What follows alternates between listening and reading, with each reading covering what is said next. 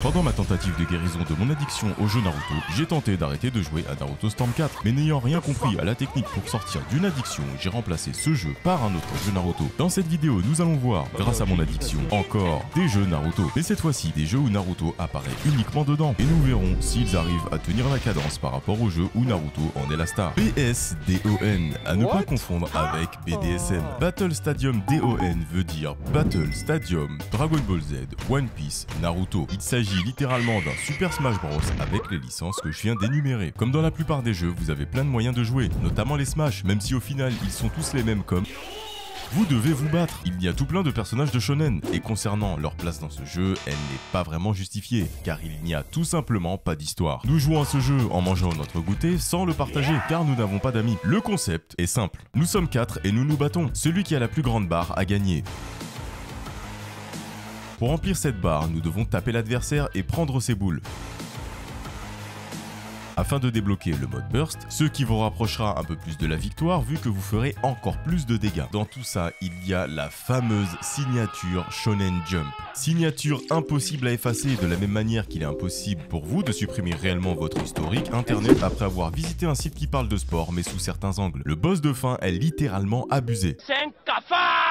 Nous pouvons changer la difficulté du jeu, mais la seule chose que ça changera est la vitesse à laquelle vous vous ferez rouler dessus par le boss. Il sera toujours plus fort que vous. Gaara peut passer à travers le décor sans aucun problème. Quel que soit l'étage où vous êtes, si vous lancez l'attaque spéciale de Gaara, vous allez toucher tout le monde. Ça me rappelle la vidéo que je vous ai faite sur les Naruto Clash of Ninja où Gaara était complètement broken dans le jeu. J'aime bien Naruto, mais il faut avouer que dans le jeu, il est complètement nul. Son Rasengan est beaucoup trop compliqué à placer à cause de sa portée ridicule. Et surtout, il faut le charger très longtemps pour pouvoir faire des dégâts. Et de l'autre côté, vous avez Sangoku avec une attaque qui prend tout l'écran en mode burst.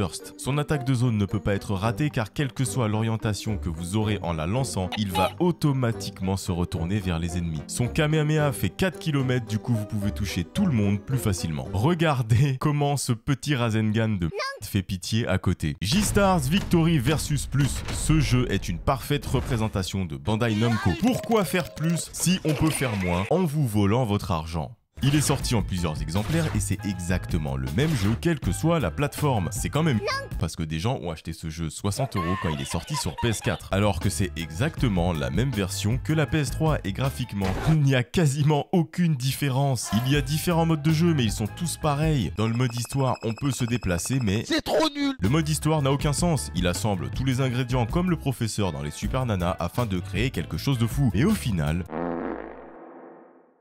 il y a 4 modes histoire dans le jeu. C'est bien, hein, mais ils sont identiques. Vous faites la même chose 4 fois. Dans le mode histoire, notre personnage monte de niveau au fur et à mesure des combats. Et devinez quoi? Ça ne sert absolument à rien. Le système de combat est facile à prendre en main. Les arènes sont grandes et destructibles. Côté technique...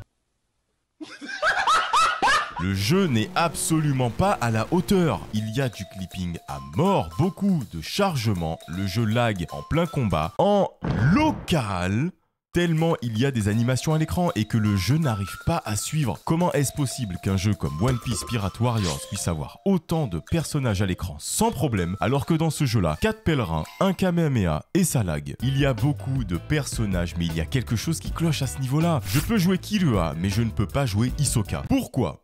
Je peux jouer Aizen, mais pas Rukia. Et je ne comprends toujours pas pourquoi. Il y a aussi des personnages qui n'ont absolument rien à faire dans un jeu de combat. Comme lui, le personnage de Kuroko no Basket. C'est la première fois de ma vie que je joue à un jeu de combat où j'ai l'impression d'avoir un balai dans le... en même temps. Le pire dans tout ça, c'est que je vous avais dit que le gameplay était facile à prendre en main. Et lorsque vous essayez de faire un combat correctement, je vous jure que c'est horrible. Le gameplay est rigide comme un balai dans le...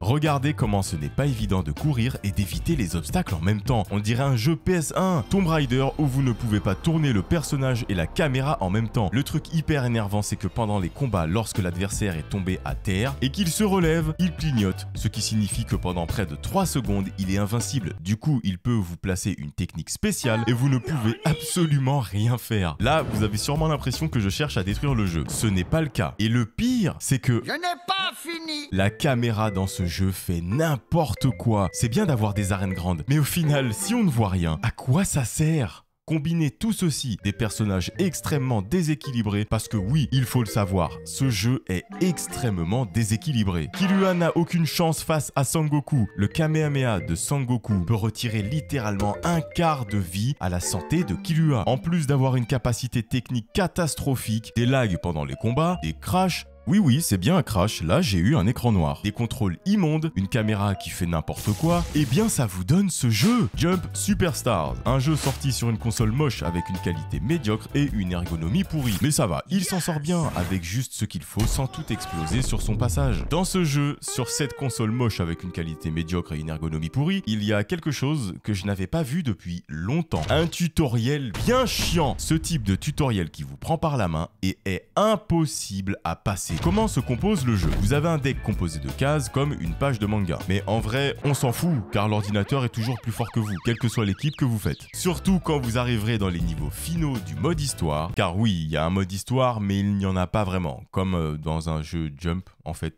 j'ai envie de dire. L'ordinateur vous fera des dégâts monstrueux en seulement 2 coups. Je déteste la Nintendo DS, notamment par son côté contre-intuitif. Le souci est que pendant les combats, vous devez utiliser le deuxième écran pour faire des techniques spéciales ou bien appeler vos personnages de soutien. Les 2 gâchettes servent à se protéger, alors qu'une seule aurait pu être utile.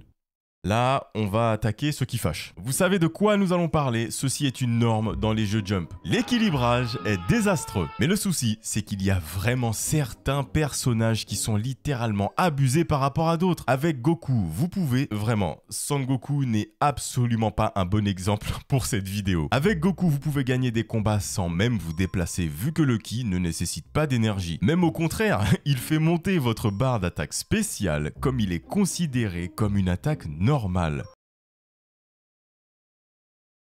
Vous ferez comme tous les joueurs qui se disent professionnels de Naruto Storm 4 avec le niveau d'un nourrisson, vous allez spammer. Sakura est plus forte que Naruto dans le jeu, de toute manière ce n'est que dans le jeu. Parce que Naruto a une très courte portée. Sakura, elle, peut attaquer à distance à l'infini avec des shurikens qui ont une portée assez large en plus d'être longue. Pendant le combat, nous pouvons ramasser des objets, mais dans le jeu, on ne peut pas choisir ce que l'on ramasse. Donc en plus d'avoir des objets qui vous donnent des bonus, dans la même boîte, vous avez des malus et souvent, vous ramassez tout en même temps. Il y a quand même quelqu'un qui s'est levé le matin et qui s'est dit « Oui, cette idée est stylée, donc je vais l'implémenter dans le jeu ». Jump Ultimate Stars, c'est la suite du jeu précédent. C'est à cause de ce jeu-là que vous ne voyez cette vidéo que maintenant. Le mode histoire est long, mais il est long! Il est divisé en trous noirs. Trous noirs contenant une galaxie. Chaque galaxie contient 6 à 8 planètes et chacune de ces planètes contient 4 à 5 niveaux de combat. Et dans chaque niveau de combat, vous pouvez avoir jusqu'à 5 missions que vous devez remplir pour passer au niveau suivant. Et si vous n'en ratez ne serait-ce qu'une seule, c'est totalement perdu. Il y a des combats, mais ils sont durs. C'est abusé. Dans celui-ci, ils sont 3 contre moi. Les combats sont bien plus dynamiques, mais le balai dans le était moins enfoncé que lorsque je jouais à J+.